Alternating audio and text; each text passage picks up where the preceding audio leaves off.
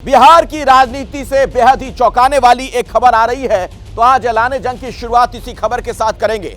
RJD के नेता Tejashwi Yadav Purnia seat पर पप्पू यादव को हराने के लिए खुलेआम एनडीए को वोट देने की अपील करने लगे हैं।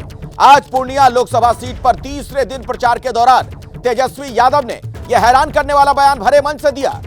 बिहार में दूसरे फेज में 5 सीटों पर चुनाव होने हैं और इसमें पूर्णिया से लेकर किशनगंज की सीट भी शामिल है।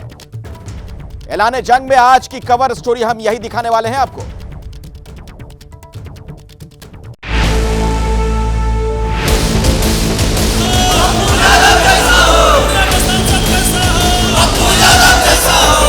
दूसरे चरण के चुनाव में बिहार की जिन 5 सीटों पर वोटिंग है उनमें सबसे हॉट सीट है पूर्णिया की।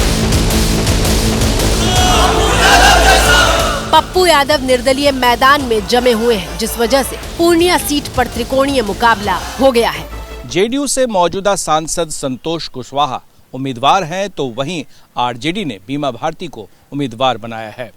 पप्पू यादव टिकट कांग्रेस से चाहते थे, लेकिन यह सीट आरजेडी को चली गई। अलबत्ता अब वह निर्दलीय चुनाव लड़ रहे हैं।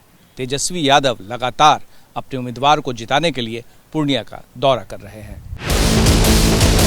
चुनाव तो दूसरे फेज में 5 सीटों पर है, लेकिन तेजस्वी यादव का फोकस सिर्फ और सिर्फ पूर्णिया सीट पर है। लग ऐसा रहा है मानो बीमा भारती को जिताने नहीं, पप्पू यादव को हराने के लिए ही तेजस्वी ताकत लगा रहे हैं। किसी के धोखे में नहीं आना। ये कोई एक व्यक्ति का चुनाव नहीं है, ये 2 धारा, या तो एनडीए या तो इंडिया, या तो एनडीए या तो इंडिया की लड़ाई है। या तो आप इंडिया को चुनो, और इंडिया को अगर नहीं चुनते हो बीमा भारती को, तो आप एनडीए को चुन रहे हो। साफ बात। तेजस्वी यादव खुद तो पूर्णिया में बीमा भारती के लिए प्रचार कर ही रहे हैं। शनिवार को जब राहुल गांधी कांग्रेस उम्मीदवार अजीत शर्मा के प्रचार के लिए भागलपुर गए, तो उस मंच से खास तौर पर राहुल बीमा भारती की तस्वीर वायरल की गई। मकसद ये बताना था कि पूर्णिया में राहुल गांधी की उम्मीदवार बीमा है, न कि पप्पू यादव। असल में पप्पू यादव टिकट नहीं मिलने के बाद भी यह कहते रहे हैं कि वो राहुल गांधी को प्रधानमंत्री बनवाना चाहते हैं। राहुल और प्रियंका का नाम लेकर पप्पू न सिर्फ मीडिया में इंटरव्यू दे रहे हैं, बल्कि वोटरों के बीच प्रचार भी कर रहे थे। इसी वजह से महागठबंधन के वोटरों के बीच कंफ्यूजन की स्थिति बन रही थी। बावजूद इसके पप्पू यादव कैंची चुनाव चिन्ह के साथ पूर्णिया के सियासी मैदान में डटे हुए हैं और जीत का दावा कर रहे हैं। और मैं यह दावे के साथ कह सकता हूं कि देश में एक जगह है जहां हिंदू मुसलमान बैकवर्ड फॉरवर्ड और जाति की राजनीति नहीं होती है, वो है पूर्णिया। और पूर्णिया इस बार मुझे सबसे ज़्यादा गर्व है कि मैं आशीर्वाद प्राप्त कर लिया, हमको आशीर्वाद मिल गया। पूर्णिया के साथ ही कटिहार, किशनगंज, भागलपुर और बांका सीट पर दूसरे चरण में चुनाव है। पूर्णिया की तरह किशनगंज सीट पर भी त्रिकोणीय मुकाबला है। जेडीयू और कांग्रेस उम्मीदवारों के बीच ओवैसी की पार्टी के उम्मीदवार अपने लिए जगह बनाने की कोशिश कर रहे हैं। उस कोशिश को धार देने ओवैसी खुद कल से किशनगंज में हैं। मेरी भाइयों बहनों नौजवानों, हम तुम्हारी लड़ाई लड़ रहे हैं।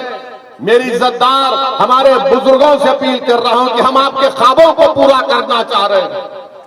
आपने अपनी जवानी को खपा दिया इन जालिमों के पीछे, और इन जालिमों ने हमारे नौजवानों के मुस्तकबिल को बर्बाद कर दिया।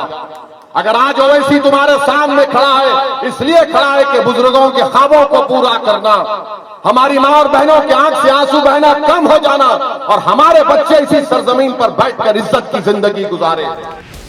सीमांचल के इस इलाके में ओवैसी की पार्टी की पकड़ है और लोकसभा चुनाव में ओवैसी इसी का फायदा लेने में जुटे हैं। लेकिन आरजेडी को लगता है कि ओवैसी की वजह से उनके गठबंधन को नुकसान होगा, लिहाजा पार्टी ओवैसी को भाव नहीं देना चाहती। देखिए, ओवैसी जी को तो यहाँ कोई जानता भी नहीं है, और बिहार के लोग पूरे तरीके से मन बना चुके हैं कि इस बार महागठबंधन के साथ है। और ओवैसी जी अगर बाराती बनना चाहते हैं तो उनका भी स्वागत है, आए और बाराती बन करके बारात में शामिल हों।